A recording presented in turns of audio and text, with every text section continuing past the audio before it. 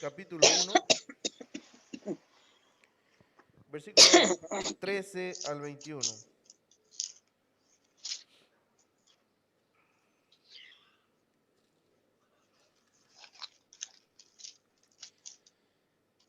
Primera de Pedro,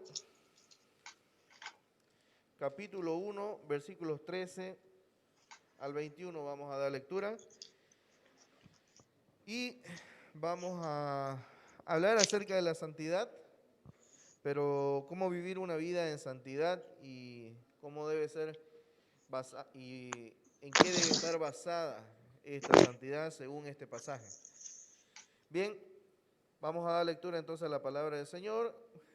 Primera de Pedro, capítulo 1, versículos 13 en adelante. Por tanto, ceñid los lomos de vuestro entendimiento, sed sobrios y esperad por completo en la gracia que se os traerá cuando Jesucristo sea manifestado. Como hijos obedientes, no os conforméis a los deseos que antes teníais, estando en vuestra ignorancia, sino como aquel que os llamó es santo, sed también vosotros santos en toda vuestra manera de vivir. Porque escrito está, sed santos, porque yo soy santo. Y si invocáis por Padre a aquel que sin acepción de personas juzga según la obra de cada uno, conducíos en temor todo el tiempo de vuestra peregrinación, sabiendo que fuisteis rescatados de vuestra vana manera de vivir, la cual recibisteis de vuestros padres, no con cosas corruptibles como oro o plata, sino con la sangre preciosa de Cristo, como de un cordero sin mancha y sin contaminación, ya destinado desde antes de la fundación del mundo, pero manifestado en los postreros tiempos, por amor de vosotros, y mediante el cual creéis en Dios, quien le resucitó de los muertos, y le ha dado gloria, para que vuestra fe y esperanza sean en Dios. Anteriores prédicas aquí por mi persona que estábamos viendo este libro de Primera de Pedro, habíamos visto que hay una esperanza en la cual nosotros los hijos de Dios nos regocijamos. Y eso lo habíamos visto en los primeros versículos de este capítulo. Si vemos ahí en el versículo 3 y 4, recordando un poquito, bendito el Dios Padre de nuestro Señor Jesucristo, que según su grande misericordia nos hizo renacer para una esperanza viva, por la resurrección de Jesucristo de los muertos, para una herencia incorruptible, incontaminada e inmarcesible, reservada en los cielos para vosotros. Esta esperanza es la que nos hace diferentes a distintos tipos de religiones que hay en el mundo. A todas, no existe una que nos dé este tipo de esperanza de una vida nueva, completamente creada desde el mismo corazón de Dios. Y una restauración de aquello que se había perdido, de aquello que se había quebrantado en el inicio con Adán y Eva, ¿no? Y esta esperanza viva es diferente, ¿por qué? Porque también nos promete una resurrección, una vida nueva, no solamente de manera espiritual y esotérica, sino también en cuerpo físico, porque esa es la diferencia. Este cuerpo que es corruptible, que puede ir a la tumba y los gusanos se lo comen, un día el poder de Dios va a hacer que este cuerpo vuelva a la vida. Y esa es la gran promesa que nosotros tenemos en nuestro Señor Jesucristo, cuando Él vuelva. ¿Y cómo sabemos esto? Porque Él es la primicia, porque Él ya lo consiguió. Esa es nuestra fe, esa es nuestra esperanza. Porque el Señor Jesucristo resucitó al tercer día. Porque si no hubiese sido así, en vano estamos aquí reunidos. Nuestra fe fuese sin sentido. Solamente fuese una más de las tantas religiones que hay en el mundo. Pero esto no fue así. El Señor Jesús resucitó al tercer día. Y es la prueba o es la primicia, la muestra anticipada de lo que va a ser aquel día cuando el Señor Jesucristo vuelva. Amén. Esa es nuestra esperanza, esa es nuestra convicción, fundamento que no puede ser eludido en nuestra fe cristiana. Y otra cosa muy importante que hemos visto en este primer capítulo es que la palabra del Señor ha sido revelada por su Santo Espíritu y los profetas han sido esa parte de ese recibir la revelación de Dios y que sea traída para nosotros.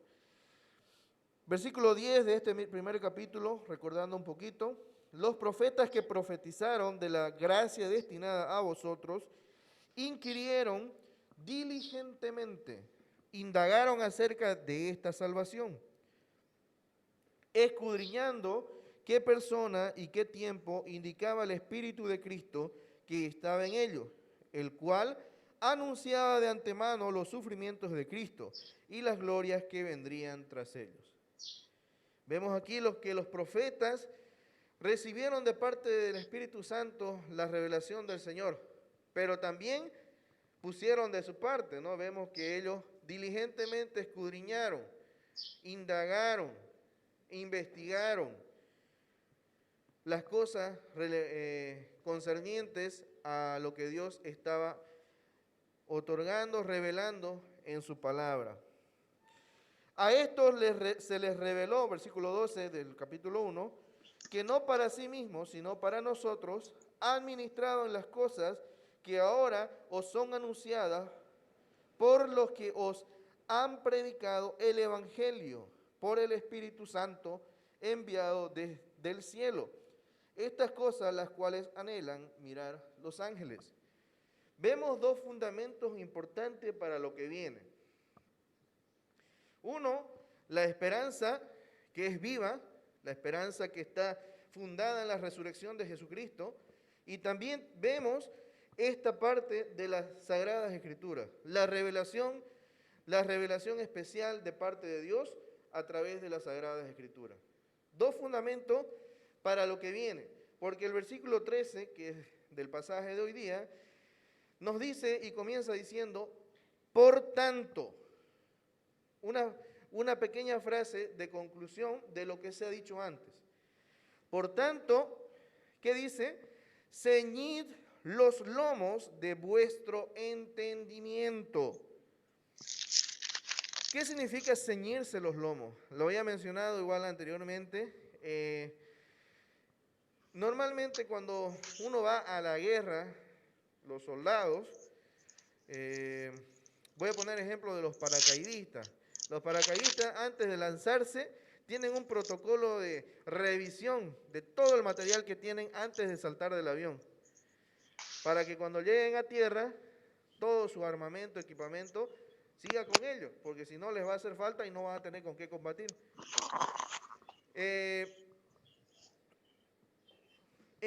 la antigüedad, en los tiempos específicamente de los israelitas, la vestimenta era muy parecida a una bata muy larga. Y ir a pelear con un vestido medio que por orón se iban a tropezar a la primera, ¿no?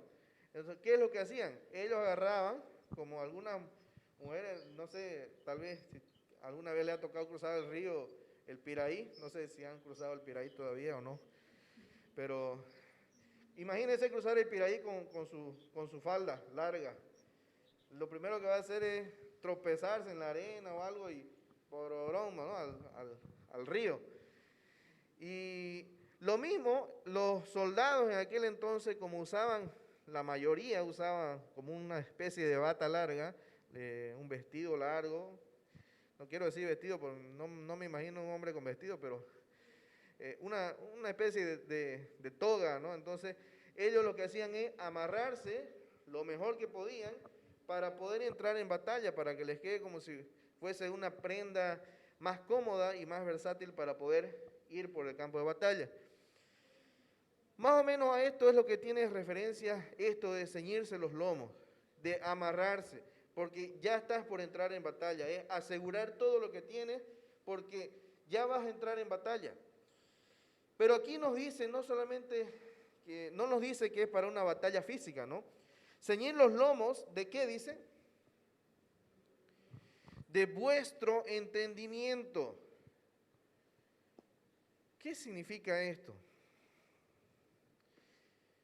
Hay algunas cosas que a veces en nuestro pensamiento quizás no están muy ajustadas en cuanto a la fe. Esto especialmente cuando somos recién creyentes, sucede, ¿no? Hay algunos que nos hemos convertido al Señor, pero seguimos leyendo el horóscopo. O algunos se han convertido al Evangelio, conocen ya del Señor, pero siguen prendiendo velitas a las almas. O algunos que ya se han convertido al Señor, pero tienen ideas de que si pasa por delante de un gato negro, pucha, mejor me vuelvo, ¿no? O tienen más cuidado el viernes 13. O ideas que vienen ya desajustadas a lo que es el Evangelio en sí. Y estas cosas que hay en nuestro entendimiento, es necesario que nosotros vayamos ajustando, vayamos poniéndolo a la luz de la palabra del Señor. Porque eso es lo que nos pide aquí. Señor, los lomos de vuestro entendimiento. Sed sobrios y esperad por completo en la gracia que se os traerá cuando Jesucristo sea manifestado. Vamos a hablar en este pasaje acerca de la santidad. ¿Por qué? Vamos a ver más adelante. Dice, versículo 14, como hijos obedientes, no os conforméis a los deseos que antes teníais, estando en vuestra ignorancia, sino, por el contrario, como aquel que os llamó es santo, sed también vosotros santos en toda vuestra manera de vivir. Este es el llamado que Dios nos hace, ser santo. ¿Por qué? Porque Él es santo. Eso nos dice en la Escritura, en el Antiguo Testamento. Él lo dijo. Sed santos porque yo soy santo. Eso lo dijo el Señor mismo. Es un mandato, es una orden. Pero aquí nos dice, en toda vuestra manera de vivir. Hay áreas en nuestra vida que seguramente necesitamos cambiar, todos. Y me incluyo yo, ¿no? Hay ciertas cosas que cuesta. Pero ¿cómo lograr cambiar ese chip? ¿Cómo cambiar esa forma de vivir? La misma palabra aquí nos lo dice. Ceñid los lomos de vuestro entendimiento. Es por el entendimiento, por el conocimiento de la palabra del Señor, del Evangelio, de lo que el Señor nos ha revelado, que nosotros somos transformados de gloria en gloria, dice en Corintios.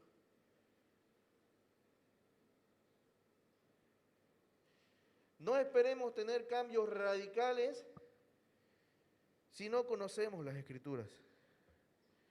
Vamos a ser simplemente cristianos light, vamos a ser simplemente cristianos que algunos versículos me los sé, pero hay otras cosas que no he aprendido. La palabra del Señor es fundamento importantísimo en la vida del creyente, vital, diría yo, porque es ella la que nos transforma, la que nos lleva a la luz de la verdad, a ser transformados a la imagen de Cristo.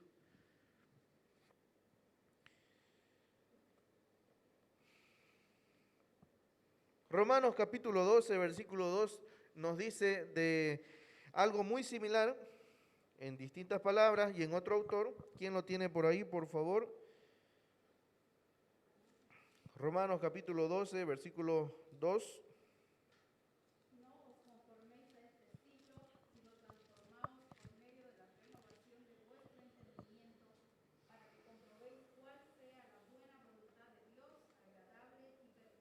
No os conforméis a este siglo, sino transformaos por medio de ¿qué?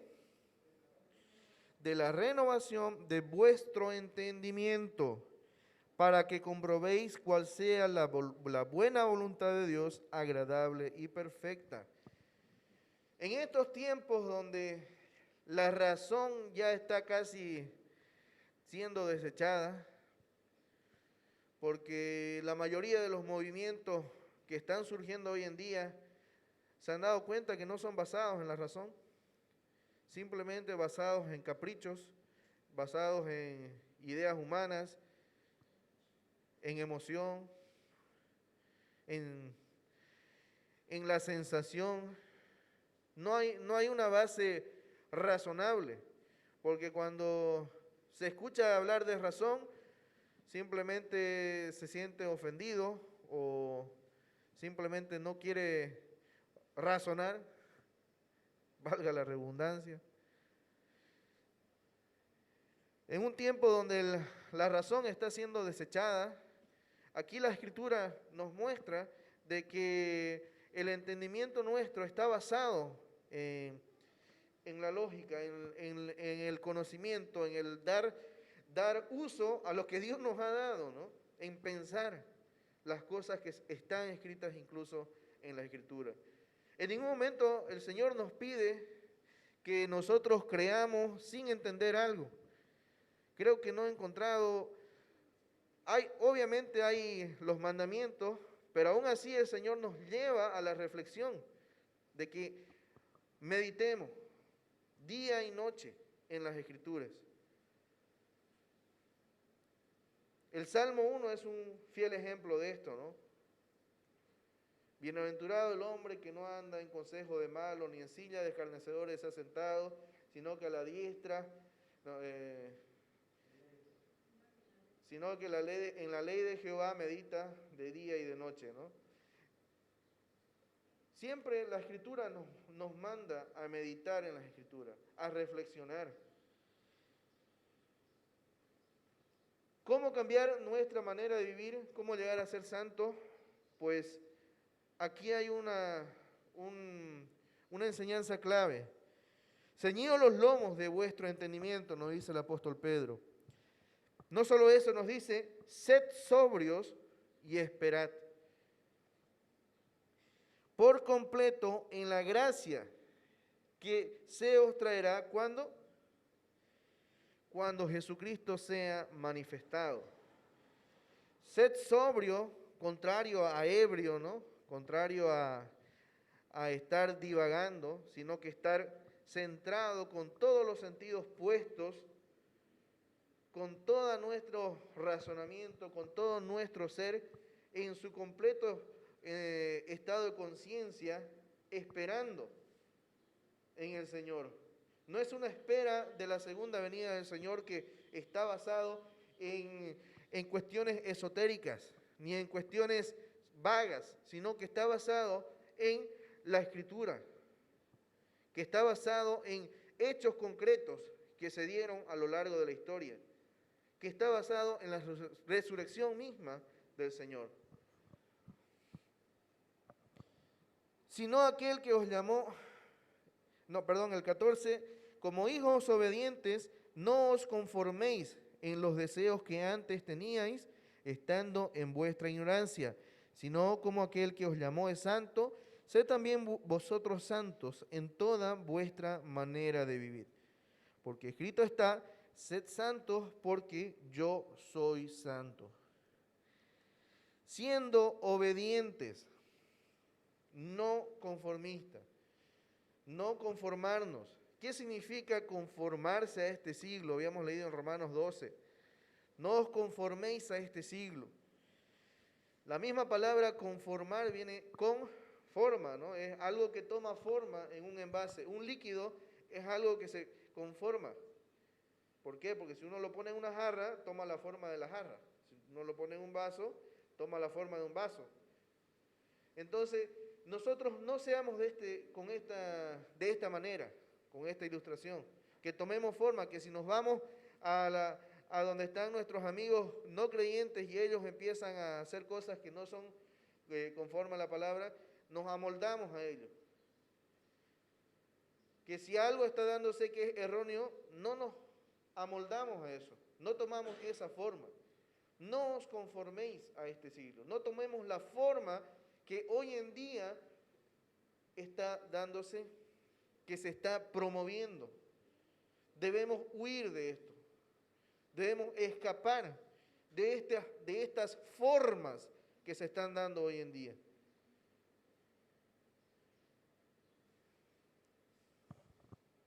No os conforméis.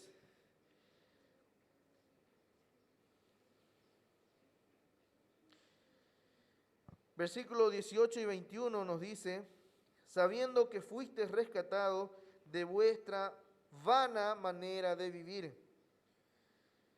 Versículo 17 también quiero leerlo.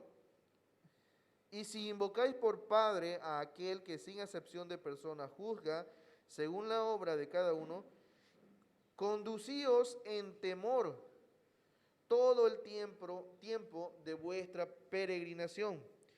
Si se dan cuenta, nos está diciendo exactamente lo mismo que habíamos leído en versículos 15 y 16, solo que le da otra redacción. Al final dice, conducíos ¿en qué dice? En temor. Hay una equivalencia entre sed santos con andar en temor, conducirnos en temor. En toda vuestra manera de vivir, y en este otro versículo, en el versículo 17, nos dice, todo el tiempo de vuestra peregrinación. Y una peregrinación no es lo que se va a Cotoca, ¿no? Creo que 7, no sé, estos días, ¿no? No está hablando de este tipo de peregrinación, sino está hablando de el tiempo que nosotros caminamos en esta vida, si se puede decir, en toda nuestra vida. La Escritura siempre nos toma como peregrinos. Un peregrino es alguien que es caminante, alguien que no pertenece a un lugar, alguien que está de paso. Y nosotros en este momento estamos de paso. Todos estamos de paso, porque nuestro destino está con el Señor. Todo el tiempo de vuestra peregrinación, conducíos en temor. ¿Pero en qué se basa esto? En lo que continúa el versículo 18, dice, sabiendo que fuisteis, ¿qué cosa? Rescatados de vuestra vana manera de vivir. Ya hemos sido liberados de ese estilo de vida. Cuando hemos creído en el Señor, cuando hemos creído en su sacrificio, hemos sido rescatados de esta vana manera de vivir, la cual recibisteis de vuestros padres, no con cosas corruptibles como oro o plata, sino con la sangre preciosa de Cristo, como de un cordero sin mancha y sin contaminación. El precio de nuestro rescate ha sido el sacrificio de nuestro Señor Jesucristo. El rescate fue pagado. Como cuando un esclavo es liberado, alguien tiene que pagar. Alguien tiene que pagar para que sea liberado. Alguien sufre las consecuencias para que alguien sea liberado económicamente. Y en este caso, la sangre misma de nuestro Señor Jesucristo ha sido el precio por el cual nosotros hoy en día podemos estar sentados aquí, podemos estar reunidos en el nombre de nuestro Señor Jesucristo y ser llamados hijos de Dios. Pero este es el fundamento que el apóstol Pedro utiliza para decirnos: conducíos en temor todo el tiempo de vuestra peregrinación. ¿Por qué? Porque alguien pagó para que tuvieses esa oportunidad. Porque alguien vino y dio el precio para que tuviésemos la chance de estar hoy aquí, de estar hoy siendo llamados hijos de Dios. Ese precio ha sido incalculable.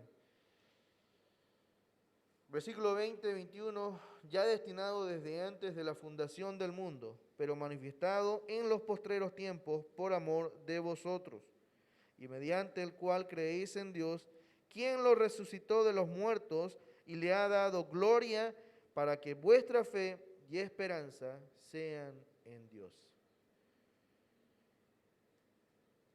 Vuelvo a leer el 21. Mediante el cual creéis en Dios, quien le resucitó de los muertos y le ha dado gloria, para que vuestra fe y esperanza sean en Dios. Fundamento importantísimo de nuestra santidad, la resurrección de nuestro Señor Jesucristo, porque en ella nosotros vemos las primicias de lo que hemos de ser cuando Él vuelva. Y tenemos muestra, tenemos la revelación del Señor, en la cual nosotros podemos fundamentar nuestra vida y cambiar nuestra manera de vivir. Ya nosotros no podemos decir como cristianos: yo soy así y así voy a morir. Es algo muy común escuchar. No, nosotros estamos siendo transformados todo el tiempo por el Señor. Y debemos estar abiertos a los cambios, porque el Señor está transformando tu vida.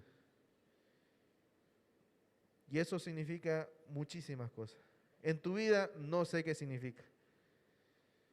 En mi vida voy descubriéndolo todos los días. Pero no podemos decir: yo soy así y así voy a morir. Yo soy así y nadie me cambia. Ya no podemos decir eso. Sino más bien, anhelemos buscar la transformación por la palabra del Señor, por su Espíritu, para un día llegar a esa estatura que es la meta de nuestro Señor Jesucristo. Amén. Oremos. Amado Padre Celestial, muchísimas gracias por tu palabra, muchísimas gracias porque en ella encontramos vida eterna, en ella encontramos esperanza, en ella encontramos, Señor, paz, en ella encontramos, Señor, que tú nos vas transformando cada día, Señor. Ayúdanos, Señor, a ser humildes, a ser transparentes, Señor, y dejarnos transformar por tu palabra, Señor. Ayúdanos, Señor, a ser disciplinados para poder escudriñar, poder, Señor, entender, poder investigar acerca de lo que tú has dejado escrito en tu santa palabra, Señor. Gracias por enviar a tu Hijo Jesús a morir por nuestros pecados, a pagar el precio de nuestro rescate, Señor. Pero también gracias, Señor, porque tú mostraste con Él, con nuestro Señor Jesucristo, que la resurrección de los muertos es según tu poder y es posible. Y esa es nuestra esperanza, que ni aun la muerte, Señor, puede, Señor, aprisionarnos en una tumba, Señor, sino que tú, aún a lo que ya perdió vida, a lo que ya está deshecho,